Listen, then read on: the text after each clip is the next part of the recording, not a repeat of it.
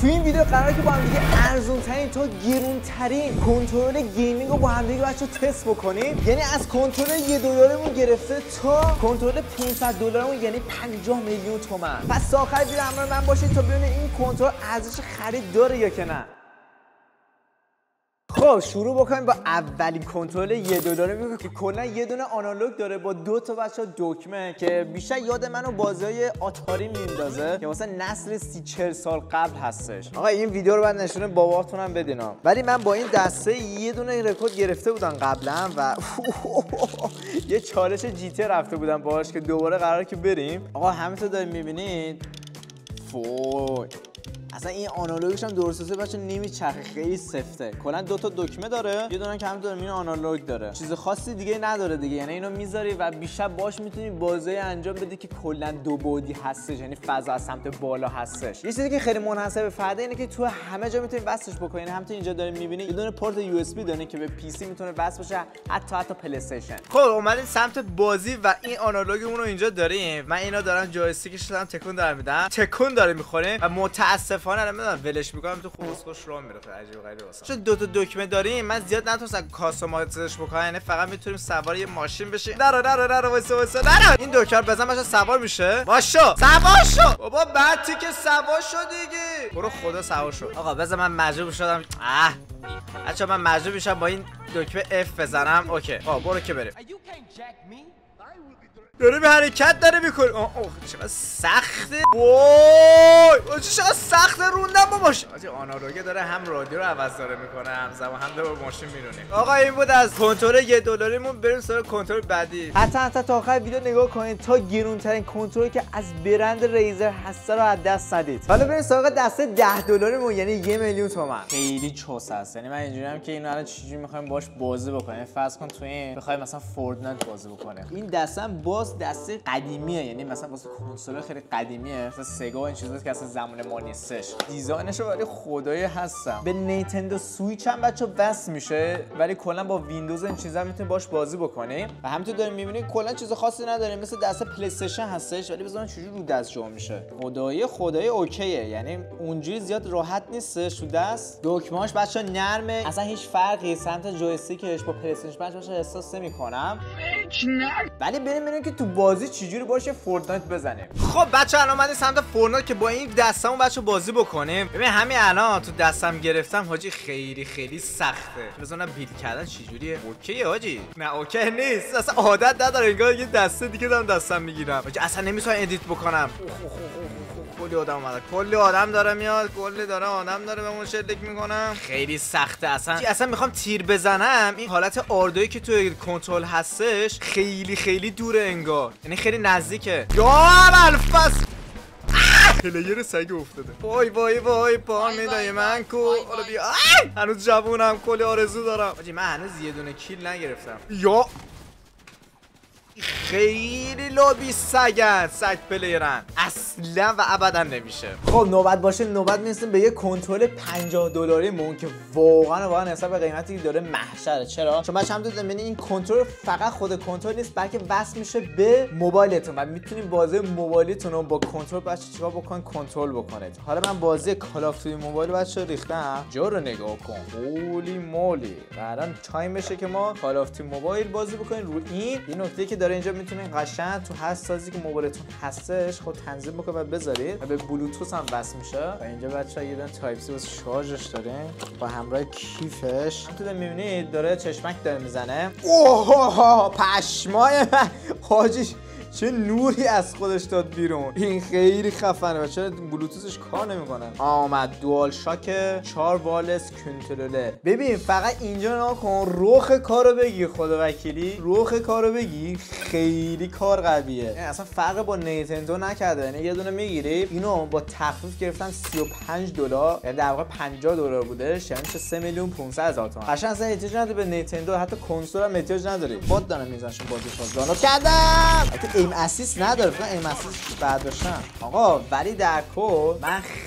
خیلی بچه با این حال کردم، یعنی واقعا واسه کسایی که موبایل بازی میکنن و دوستان حرفه بازی میکنن همین چیزی پیشنهاد میکنم که بخرم. بریم سراغ دسته بعدیمون، ولی قبلش حتما مطمئن باشید که چنل رو سابسکرایب کنید، ویدیو لایک بکنه. اگه از این سبک ویدیو دوست دارید که بگیرم تا آخر کامنت ها بنویسید که ویدیو بعدی ارزون تا گرونترین محصول چی رو بگیرم. الان میرسیم به کنترلر $250 مون با تخفیف، الان فکر کنم شده اومده روی $219. برند هکس گیمینگ خیلی از بچه‌ها میدونن، ولی این کنترلش آخرین مدل هسته. بهتون مشخصاتشو بگم پشماتون میریزه. حالت عادی یعنی کنترل مثل پلی استیشن 5 ولی اینجا نگاه بکن آقا. وقتی بازش میکنم تو داری میبینی واسه اینکه چوسه بیام یه دونه کیف بچه هستش، راهنما اینجا گذاشتن. ولی چند که اگه از اینا بگذنی اصلا چیز چرت و پرتیه و کسی اصلا نمیخونه. ببین بوش میکنم بوی فابریک این کارخونه میاد ازش. آماده هستی اینا؟ نه 3 2 زایه شدن. آنالوگاش توی سایزهای مختلف با حالتهای مختلف هستش که قشنگ اونجوری که نیازی که دوست دارید مثلا برآورده بکنه. پشمام یه جای شارژر بچا داره، هم داره میبینید واسه دسته است. یه دونه دیگه جای شارژر داریم، اینا چرا دوتا گذاشتن کلا یه دونه دسته هست. خوبه دیگه یه چیزی مخ باشه کوف باشه دیگه. تایپ سی داریم، هم تو داره میبینید. این چیه دیگه؟ حالا فکر کنم اینا رو گذاشتن واسه اینکه گاهیش مثلا خراب شده اینا مثلا بتونه به جاش بذاری، ولی این چیزا مهم نیستش. بریم خود دسته رو بچا نگاه کن. آماده هستین؟ 3 2 1. اینجا رو نگاه کن پسر، دکمه‌های پشت کنترلر بیشتر از جلوش هستش. یه دونه اینجا کنترل داره، یه دونه اینجا، یه دونه اینجا، یه دونه اینجا، یه دونه هم این وسطش داره. وقتی که مثلا می‌خوای شلیک بکنی همینطور می‌بینی این تا آخر میاد خب. ولی واسه بازی مثل نمیدونم فوردن یا کال آف دیوتی از این داستانا اینو میتونی اینجوری دکمه‌شو بزنی و همینطور داره می‌بینید سریع میتونی شلیک بکنی. یه دونه تکنولوژی بچا داره این آنالوگش که عملکردش 2 برابر بهتر از دوال سنس عادیه، یعنی دست کنترل عادیه. در بیاریم بچا خودتون میتونید اینجوری مثلا تنظیم بکنه. پشمام ارتفاع اینجوری ارتفاعش هم بیشتر باشه خیلی راحت‌تر احساس می‌کنم. دکمه‌اش خیلی نرم و خیلی سریع‌تره. من یه کوچولو نیرو وارد می‌کنم میره تو. بالونای کنترل زیاد استفاده شده راحت میره تو. اینه که دارین می‌بینین اینجا. اینو می‌تونید در بیاری بذاری داخل اینجا. بریم حالا تستش رو کنیم داخل فورتنایت. خب الان اومدیم تو آخر همون لابه‌ای که با اون دسته مزخرف داشتم بازی می‌کردم، مثل سگ داشتم هر دفعه می‌مردم. الان می‌خوام بهتون نشون بدم آقا مشکل از بازی من نه، مشکل دسته من بود. اینجا فقط نگاه کنید. کجاست؟ بیاین. اینجا ناکو چجوری دارم اون برای دنیا زدم. بچا دسته تنظیماتش فرق می‌کنه.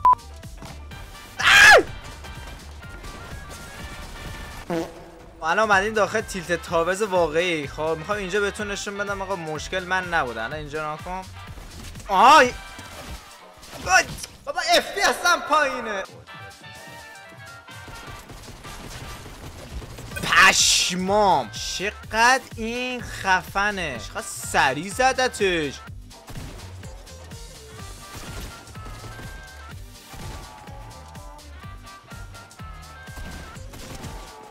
بمیر بابا. آجی من نداشت لگ میشم. یه تو انتکار کات کن. اینقدر این کنتوسایی که اصلا من عادت ندارم. من بودم بشینم باش کلی بازی بکنم تا عادت بکنه، ولی ایول واقعا بهش نمره 10 میدم. خب میرسیم به کنترلمون، یعنی ریزر اج. بچه همینطور دارین میبینید، البته این وری باید بگیرم، همینطور دارین میبینید این کنترلره علاوه بر اینکه کنترل هستش یه صفحه نمایشگر داره که از سیستم اندروید پشتیبانی میکنه. علاوه بر گیم و از جور داستانا فکر کنم حالت کار عادیتون رو انجام بده، حتی از خود دستم بچه میزنه بیرون و قیمتش بچه نزدیک $500 هستش. ببینیم که واقعا ارزش خرید داره یا نه، چون هم قیمت یه دونه حالت پلی استیشن دیگه. بازش بکنیم، پشتش هم نوشته 1 سال گارانتی داره. حالا خودش رو باز بکنیم. تا بازش کردین خود صفحه نمایشگرش اومد بیرون و صفحه نمایشگرش حالت خیلی موبایل توری داره. حتی فکر کنم دوربینم داشته باشه اگه اشتباه نکنم. آره یه دوربینم بچه اینجا داره. خود دستمون رو داریم. چی بوی نوعی میده. خیلی خیلی جنسش رو دوست دارم. یه نکته که الان فهمیدن که سیم کارت هم میخوره تازه. واه اینجا ناکا لوگو ریزر اومد بیرون. در واقع انگار دارم یه دونه موبایل هم سیستم عامل شدن نصب میکنم. واه چقدر خفن. ایکس باکس کلاود گیمینگ و چه میدونم استیم و از جو داستانا، حتی اپیک گیمز هم بچه‌ها میتونین وصل بشین و اونجا بازیایی که هستش رو دانلود بکنین و بازی بکنین. فکر کنم همه بازی‌ها نصب بشه، ولی اینکه هم لمسیه و همین که سر با دکمه میتونی ور بری خیلی خوبه. خب بالاخره همینطور می‌بینی فورتنایت دانلود شدش، ولی کیفیتی که من دارم می‌بینم هیچ فرقی با کیفیت نسخه موبایلیش اصلا نداره. ولی ببینیم که بازی چه جوریه و روونتر هست یا نه. خدا یه ذره توقعم بیشتر باشه. آدم 500 یورو پول میده بعد در واقع یه موبایل انگار گرفته. رفتیم داخل مچ شدیم، بازی اوکی یه جورایی. خب اوه بچه‌ها مثل اینکه تا 120 FPS میتونیم بگیری ای والله، ولی باز کیفیتی زیاد جالب نیست. اصلا ساختمان اصلا نمیتونم ببینم، کیفیتشون خیلی داغونه. وای چقدر لگ افتاد، چقدر سخت کنترل کردن باهاش. وای انقدر لگه اصلا نمیتونم تکون بدم. دکمه ها خیلی خیلی از هم فاصله دارن، بعد خیلی ریزن. یعنی اون قبلیه خیلی بهتر بود، این خیلی همچین خیلی کوچیکه، اصلا تو دست من جا نمیشه. انگوش من زیاد بچه گندم نیست، درازم نیست زیاد مثلا بگیم. چقدر لگه حاجی، نکنه با سرور پی سی افتادن طرف خیلی داره مثل سگ داره بیل داره میکنه. حاجی احساس میکنم من انداخته سمت پی سی پلیر، طرف خیلی بدجور داره پلی داره میده. ولی درکو کنسول جوری بود که اصلا واقعا من نمیتونستم درست بازی بکنم، چون هم لگ کلی میافتادم، هم دکمه‌اش انقدر ریزه. دیگه خودتون نگاه کنید چقدر ریزه. اگه میخوام مثلا اینو بزنم انگوش من خود به خود اون دکمه بغلیش هم میگیره، یا حتی این آردویناش هم باشه هم تو یعنی خیلی ریزن. قبلیه که ما تست کرده بودیم و $50 بود، از $500 واقعا خیلی بهتر. و الان توی دورزن همه موبایل دارن دیگه، اصلا نیست که یه دونه موبایل دوم آدم بگیره فقط واسه بازی کردن. ولی دکو این بود از این ویدیو. شما داخل کامنت ها بنویسید از بین همه کنترل‌ها اگه باشین شما کدوم کنترل رو من خودم به شخصه $50 یا خیلی باش حال کردم. به خودم من پیشنهاد میکنم شما همچین کنترلی بخرین. اگه جدید هستین لایک و فراموش نشه، کانال سابسکرایب بکنید، نوتیفیکیشن بکنید تا ویدیو بعدی ببینیدتون. فعلا خداحافظ.